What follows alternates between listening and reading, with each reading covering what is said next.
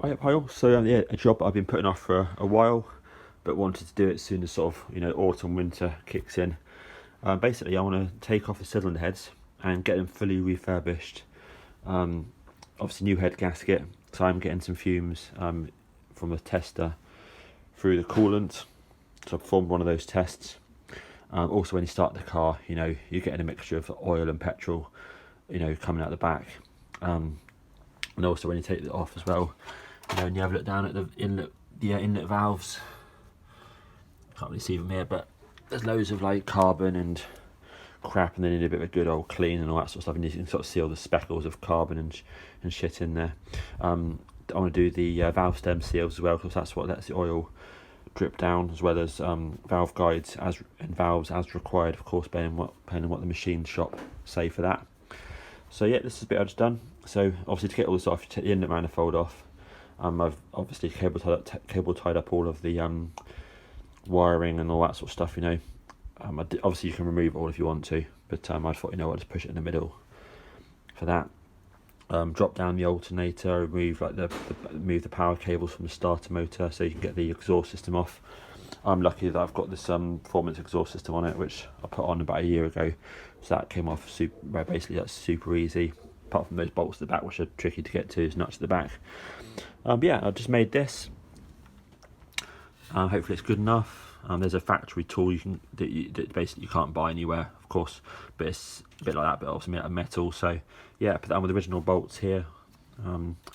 Cut this out as a bit of fascia board, and I've also made a plastic insert using the same stuff, which goes inside the oblong piece there, which you can just see in there with a nut and bolt on.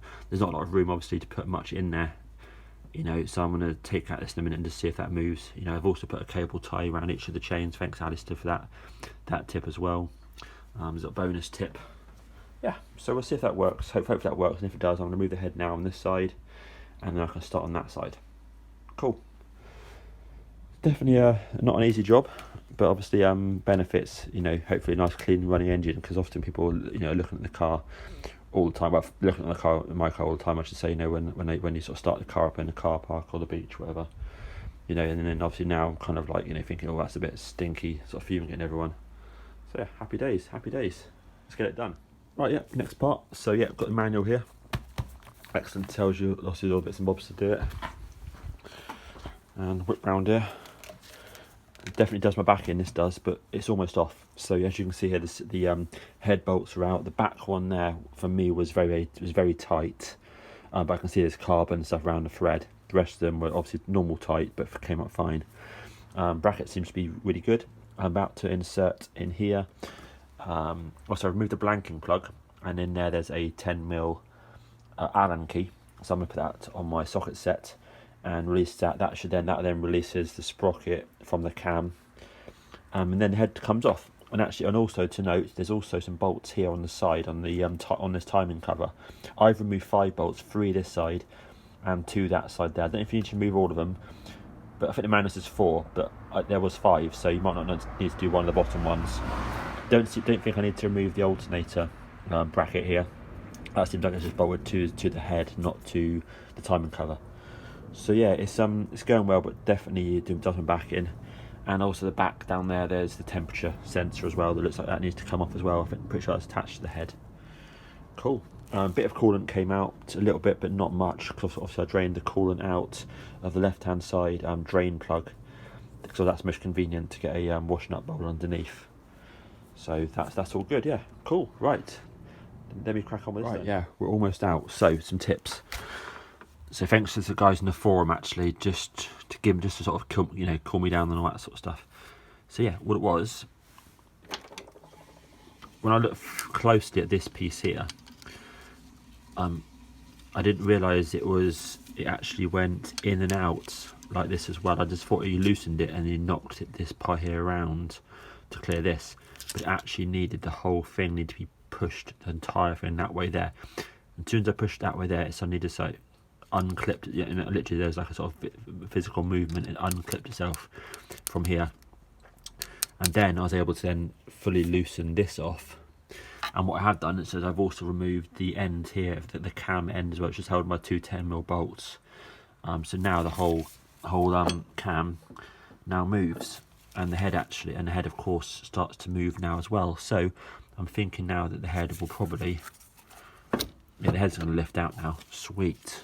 So that is the tip of the day. Is this piece here? So you loosen it, but you have to push it over that way as well. And obviously you need to make sure you put rags and stuff all around this area when you put things like these bolts on, because if you drop anything down there, you're in trouble basically. Right, cool. I shall get the head out now. Excellent. Right, that's a little tip on the left hand side. So with this device here in place that I've made, so I've loosened off the cam part there, moved that little metal piece over this way to the right, so that obviously the cam can now come out. I've then put my thing in here to keep it all in place, put a screwdriver in there, sort of wedged it down there, so that when you open this, which is basically 90, I think it said 90 nm, pretty tight, obviously that's not going to move, because obviously if you don't wedge something in there, it's just going to destroy this. Obviously, but if you've got something that's a proper tool that's 2 or 3 millimeters thick steel or whatever, then it shouldn't do that. But obviously, if this one here being plastic, this is just to support it. So yeah, I need to wedge a screwdriver in there, and then obviously when I tighten it up, I'll wedge a screwdriver in that side. I kind of feel that's the best technique. I mean, other than of course having the correct tool. Excellent, cool, nice one. Right, here we go. So they're all off, as you can clearly see. So I've got the cylinder heads there, ready to take down to my machine shop in a minute. I'm just going to leave it with him, and he can just clean him up and sort it out. I can see on the back a couple of the valves at this one here, you can't actually tell from here, but they're pretty oily at the bottom. But otherwise, these materials are sort of grey and oil. And then on the other side as well, you've got, say, grey, a bit more oily as well there. Yeah, I mean, he can just crack on with those. Oh. So yeah, there's not much left. When you think about how much is there, well, you think, well, so obviously I haven't put bolts in to hold the liners in place, because I'm not planning at all on turning over the engine. When I looked online, that was sort of the best suggestion. Just leave it if you're not going to turn the engine over. So they're all locked in place there. And there's piston there's at the top and all that sort of stuff. But anyway, I know where it goes anyway. I know how it all lines up and all that sort of stuff now. So yeah, it's pretty. There's your locating pin there. So yeah, this idea was easier to get off, this side was, than this one here. But yeah, there we go. Happy days. So yeah, I'll take that stuff down the machining shop tonight, actually in about half an hour's time. Leave it with them, and then we'll see how we go from there. Excellent. But definitely a big old job. I started this at 9 AM, already having the exhaust system off I took off last night, and the inlet manifold I took off a few nights before, so it's literally taken me about 8 hours, I would say, to get these 2 cylinder heads off. So it's a big task, but obviously I did spend a fair bit of time cocking around on this one, trying to work out how to get the thing off, but once I realised the technique to get it off, which is basically a case of, like I mentioned on a previous video, loosening that sort of cam part that locks, so that device that locks the cam in place. Once I realised that and moved it out of the way, then obviously the head came off much easier. Plus, of course, it doesn't mention all the bolts that you need to undo on this side here and on this side here as well. There's an extra bolt each side, or mine there was anyway.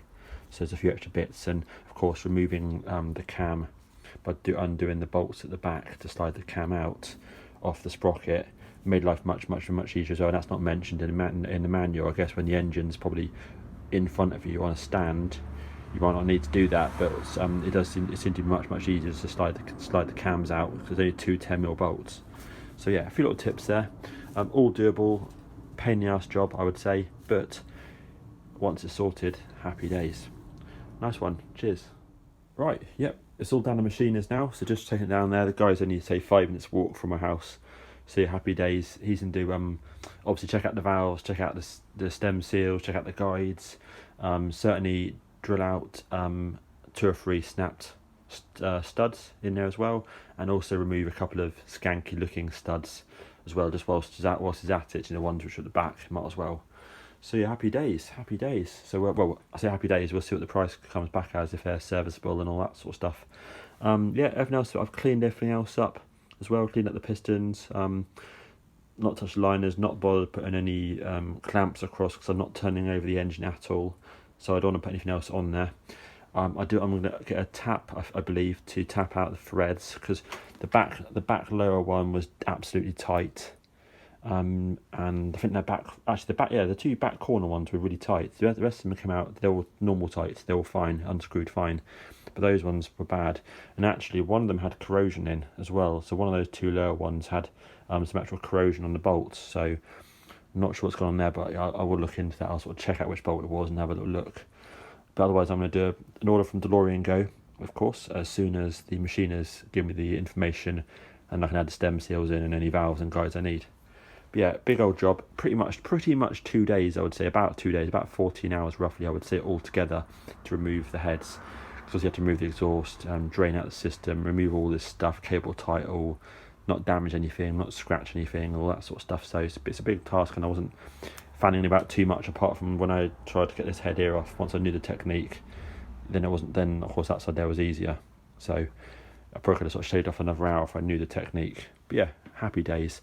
And obviously these took a little while to make as well, so, and to get them lined up and spot on and tight. So yeah, all good. It's all good DIY stuff in it. There we go. Thanks for watching, and I'll do a part 2 once the heads come back. Cheers.